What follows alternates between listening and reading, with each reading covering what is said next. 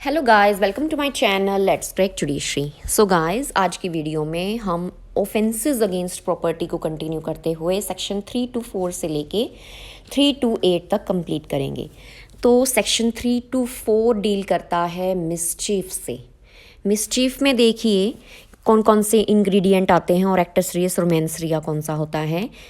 Mischief करना, whoever with intent to cause, उसकी intention है करना और उससे नॉलेज है कि वो ऐसा करता है।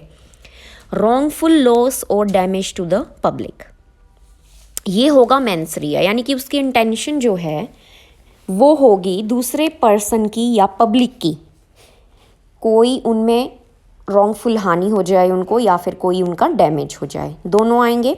Causes the destruction of any property, यानी कि एक्टस रियस जो है वहाँ पे क्या होएगा, प्रॉपर्टी को या तो डिस्ट्रक्ट किया है या प्रॉपर्टी का कुछ ऐसे चेंज हुआ है या फिर सिचुएशन ऐसी है कि जो उसकी प्रॉपर्टी की वैल्यू या यूटिलिटी है वो डिस्ट्रॉय या डिमिनिश हो जाती है, ठीक है, ख़त्म हो जाती है, और affects it injuriously commits mischief.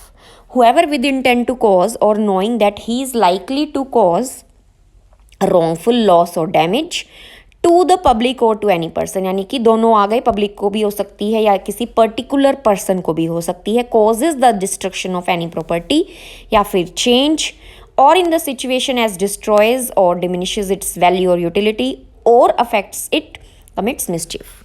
Explanation 1 देखिए क्या कहती है। It is not essential to the offense of mischief that the offender should intend to cause loss or damage to the owner of the property injured or destroyed, यानी कि जरूरी नहीं है। अब इंटेंशन हमने देखा, इंटेंशन क्या है, रॉन्गफुल लॉस और डैमेज। जरूरी नहीं है कि ऑफेंडर ऐसा करे कि जो लॉस और डैमेज है वो ओनर को हो, ठीक है, ऐसा ज़रूरी नहीं होगा, यानी कि जो उसका मेंस रिया है वो पर्टिकुलर एक ओनर की तरफ ना हो। तो अगर वो मिसचीफ करता है ज़रूरी नहीं उसे पता हो, एनी पर्सन आ गया तो ज़रूरी नहीं एक पर्सन है उसे मिसचीफ करना है कि भाई उसे जो है एक पर्टिकुलर पर्सन की लॉस और डैमेज से मतलब है, उसे लॉस और डैमेज से तो मतलब है, लेकिन चाहे उसे ओनर का पता हो या ना हो, किसी भी पर्सन की वो हो सकती है। It is sufficient if he intends to cause और knows that he is likely to cause, यानी कि केवल उसका इंटेंशन इतना हो कि उसे पता है कि मेरे ये काम करने से रॉन्गफुल लॉस और डैमेज जरूर होगा उस प्रॉपर्टी पे, whether it belongs to that person और नॉट, यानी कि किसी भी पर्सन उस पर्सन से चाहे बिलोंग करे चाहे ना, बस उसे इतना पता है, यानी कि मेंस रिया केवल होगा रॉन्गफुल लॉस और डैमेज का। एक्सप्लेनेशन 2 कहती है mischief may be committed by an act affecting property belonging to the person who commits the act और to that person and others jointly, यानी कि जो कमिट कर रहा है उसकी खुद की प्रॉपर्टी पे भी मिसचीफ हो सकती है या किसी दूसरे पर्सन की या जॉइंटली, यानी कि जॉइंटली कैसे कि खुद की हो या फिर दूसरे पर्सन की हो, साथ उनकी इकट्ठी हो, उस पे भी मिसचीफ वो कमिट कर सकता है, वो 3 to 4 में लाइबिलिटी उसकी बनेगी। इलस्ट्रेशन से देखते हैं। A voluntarily burns a valuable security belonging to Z. अब ए क्या करता है, बर्न कर देता है जेड की कोई वैल्यूएबल सिक्योरिटी है उसे, intending to cause wrongful loss to Z, जिससे क्या होगा, जेड का लॉस हो जाएगा। तो यहाँ पे ए ने क्या किया है, मिसचीफ किया है। बी कहता है A introduces water into an ice house belonging to Z. अब आइस हाउस में अगर ऐसे पानी जाएगा तो ऑब्वियसली बात आइस मेल्ट हो जाएगी, causes the ice to melt, तो वहाँ पे भी क्या होगा, जेड को रॉन्गफुल लॉस होगा। तो ए ने क्या किया, एज कमिटेड मिसचीफ। सी में है A voluntarily throws into a river a ring belonging to Z, यानी कि क्या करता है ए जबरदस्ती जेड से लेकर रिंग फेंक देता है रिवर में विद द इंटेंशन कि भाई मिलेगी ही नहीं, जेड को लॉस हो जाएगा। A has committed mischief. D में है A knowing that his effects are about to be taken in execution in order to satisfy a debt due from him to Z, destroy those effects with the intention thereby preventing Z from obtaining satisfaction of the debt and thus causing damage to Z. A has committed mischief. A इस knowledge से कि उसके ऐसा करने से जो Z के due हैं डेट उसने लिया हुआ है उनका एग्जीक्यूशन जो है वो ख़राब हो जाएगा, वो आगे नहीं फॉलो हो पाएगा और वो जो है डिस्ट्रॉय करता है इस चीज़ को इस इंटेंशन से कि वो आगे जो है डेट वगैरह नहीं ले पाए, ठीक है। तो वहाँ पे जेड को क्या हो जाएगा, लॉस हो जाएगा। E A having insured a ship voluntarily causes the same to be cast away with the intention of causing damage to the underwriters, A has committed mischief. ये जो है इंश्योर करता है शिप को कि भाई वो जो है शिप जो खड़ा है वो ऐसे बहा दिया जाए, दूर हो जाए इस इंटेंशन से कि भाई जो उसका ओनर है उसको लॉस हो जाएगा, डैमेज हो जाएगा। एफ से है A causes a ship to be cast away intending thereby to cause damage to Z who has lent money on bottomry on the ship, same उसी तरह से है। जी में है A having joint property with Z. अब ये है explanation 2 से रिलेट करता हुआ। ए जो है उसकी ज्वाइंट प्रॉपर्टी है किसके साथ, जेड के साथ, एक हॉर्स में। Shoots the horse intending thereby to, शूट कर देता है हॉर्स को। अब नुकसान तो उसको भी होगा लेकिन साथ साथ किसको हो रहा है, जेड को हो रहा है। तो वहाँ पे क्या होगा, ए ने क्या किया है, मिसचीफ किया है। इसके आगे एक्सप्लेनेशन 2 लिख सकते हैं, सेम बिल्कुल ऐसा ही है ये ज्वाइंटली के ऊपर। एच में है A causes cattle to enter upon a field belonging to Z. A क्या करता है, जेड के खेत में किसी कैटल को घुसा देता है इस इंटेंशन से कि वो जो है जो कैटल है वो जेड की सारी जो फसल है उसको नुकसान पहुंचा दे। तो वहाँ पे क्या होगा, ए हैज़ कमिटेड मिसचीफ। तो ये हम सेक्शन 4 to 5 आईपीसी में पढ़ते थे मिसचीफ को, अब आ गया है 3 to 4 में। अब इसकी पनिशमेंट सब सेक्शन 2 में ही दे दी है जो कि है 6 months की punishment. Whoever commits mischief shall be punished with imprisonment of either description for a term which may extend to 6 months और विद फाइन और विद बोथ, ठीक है। उसके बाद देखो आगे के सबसेक्शन में क्या है, अलग अलग तरह की डैमेज बताया है, मिसचीफ बताई है। सबसेक्शन 3 में है whoever commits mischief and thereby causes loss और डैमेज टू एनी प्रॉपर्टी, ठीक है। कोई भी मिसचीफ कमिट करता है जिससे क्या हो जाएगा, प्रॉपर्टी का डैमेज होगा। अब यहाँ पे क्या कर दिया, वो प्रॉपर्टी गवर्नमेंट की या लोकल अथॉरिटी की है वो भी इंक्लूड कर दी है, यानी कि पर्टिकुलर पर्सन की भी ना हो, ये गवर्नमेंट की भी हो सकती है, लोकल अथॉरिटी की भी हो सकती है। 1 साल की सज़ा हो जाएगी। सब सेक्शन 4 में है कोई भी कमिट करता है मिसचीफ जिससे लॉस और डैमेज हुआ है 20,000 से ऊपर और 1 लाख तक, यानी कि 20,000 से लेके 1 लाख तक का कोई भी लॉस या डैमेज किसी पर्सन को हुआ है, वहाँ आपने अगर मिसचीफ किया है तो 2 years की पनिशमेंट हो जाएगी। सबसेक्शन 5 में कहता है whoever commits mischief and thereby causes loss और damage to the amount of 1 lakh rupees और अपवर्ड्स, यानी कि अब यहाँ पे लॉस और डैमेज का 1 लाख से ऊपर अगर जाता है तो वहाँ पे 5 years की पनिशमेंट हो जाएगी। 6th में है whoever commits mischief having made preparation for causing to any person death, hurt, wrongful restraint, fear of death, hurt और ऑफ रॉन्गफुल रिस्ट्रेंट, यानी कि कोई भी मिसचीफ करता है इस तैयारी के साथ कि किसी पर्सन की उसमें डेथ भी हो सकती है, रॉन्गफुल रिस्ट्रेंट हो सकता है, या उस पर्सन के अंदर डर आ जाए इस तरह का कि वो हर्ट हो सकता है, उसकी डेथ हो सकती है और उसे इस तरह से बंधक बना लिया जाता है, रॉन्गफुल रिस्ट्रेंट किया जाता है उसका, तो 5 साल की सज़ा हो जाएगी।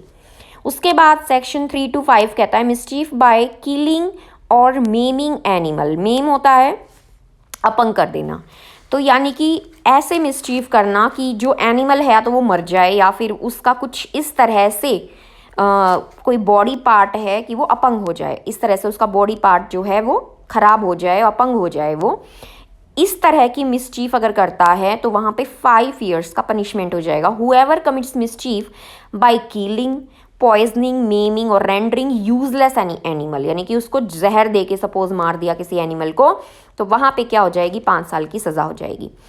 उसके बाद है section 3 to 6 mischief by injury, inundation, fire और एक्सप्लोजिव सब्सटेंस एटसेट्रा। इनंडिएशन होता है सैलाब आना, फ्लड आ जाना।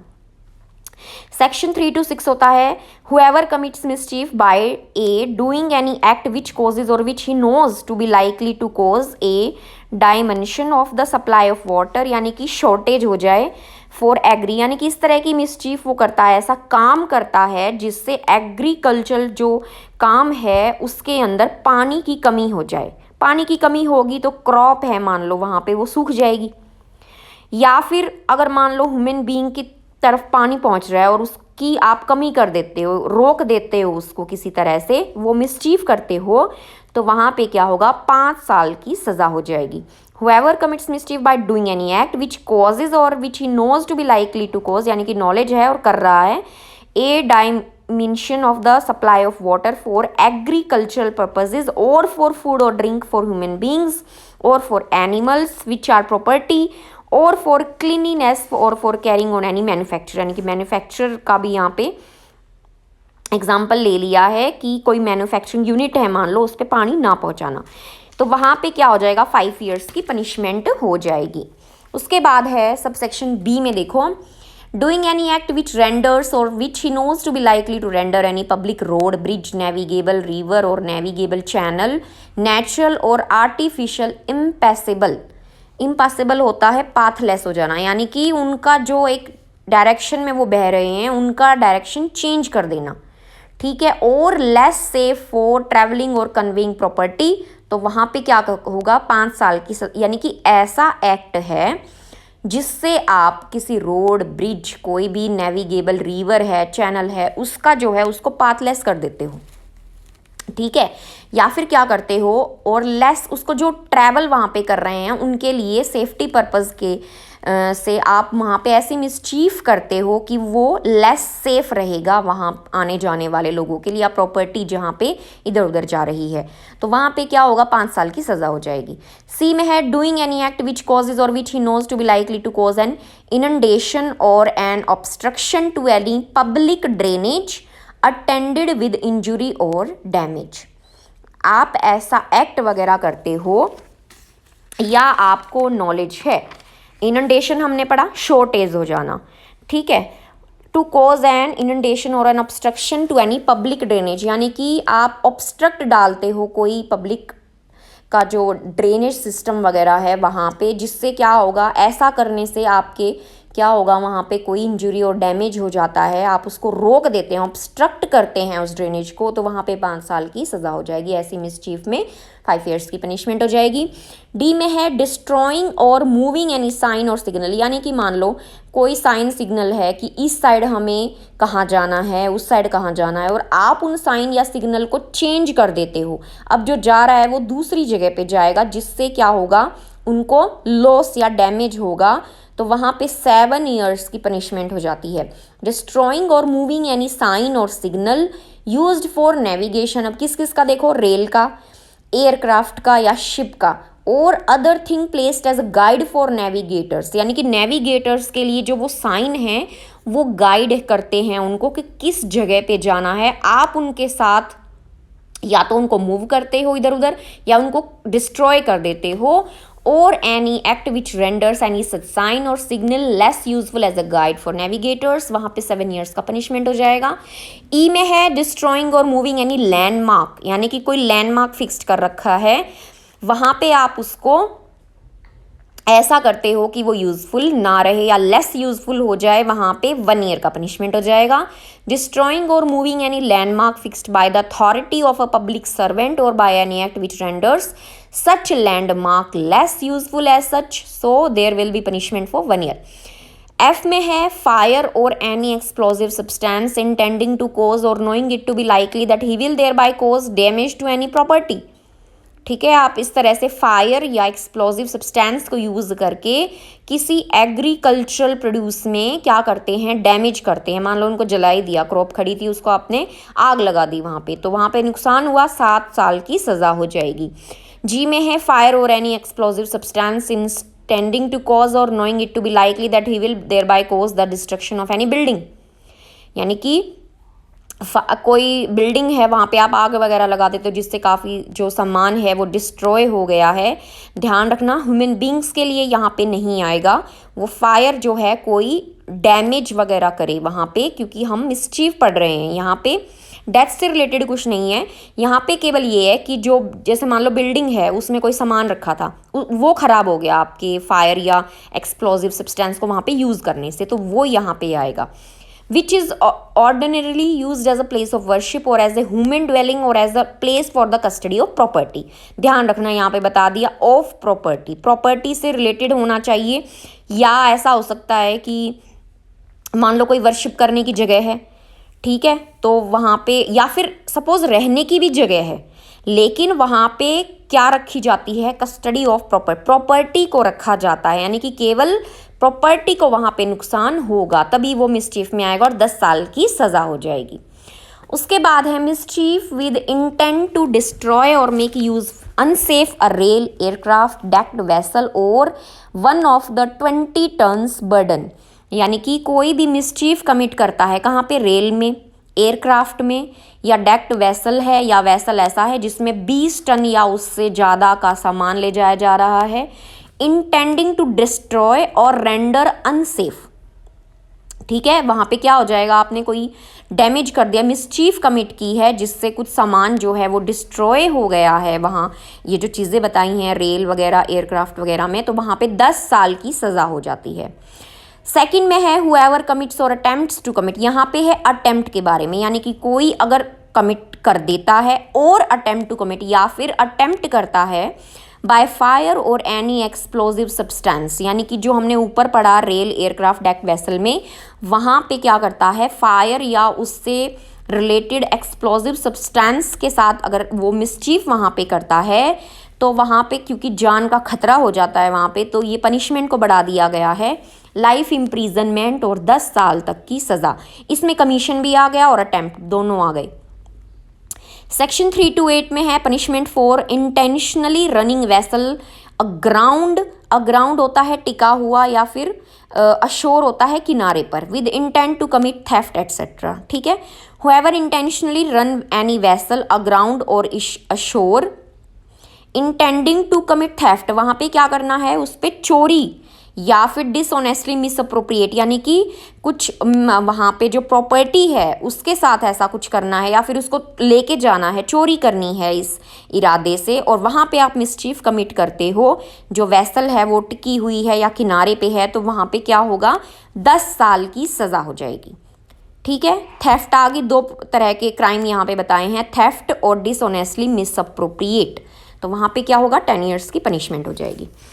तो इसके साथ हमारा सेक्शन 328 तक कवर हो जाता है। अगली हम वीडियो में ऑफेंसेस अगेंस्ट प्रॉपर्टी को ही कंटिन्यू करेंगे। तो अब तक मैंने सेक्शन 1 से लेके 3 to 8 तक कवर करवा दिए हैं। अगर आपको अच्छी तरह से सेक्शन वाइज कवर करने हैं तो मेरे चैनल की प्लेलिस्ट BNS में जाके आप सेक्शन वाइज देख सकते हैं और समझ सकते हैं। और इसी के साथ अगर आपको ये वीडियो समझ में आई हो तो वीडियो को लाइक और चैनल को सब्सक्राइब कीजिएगा। Thank you.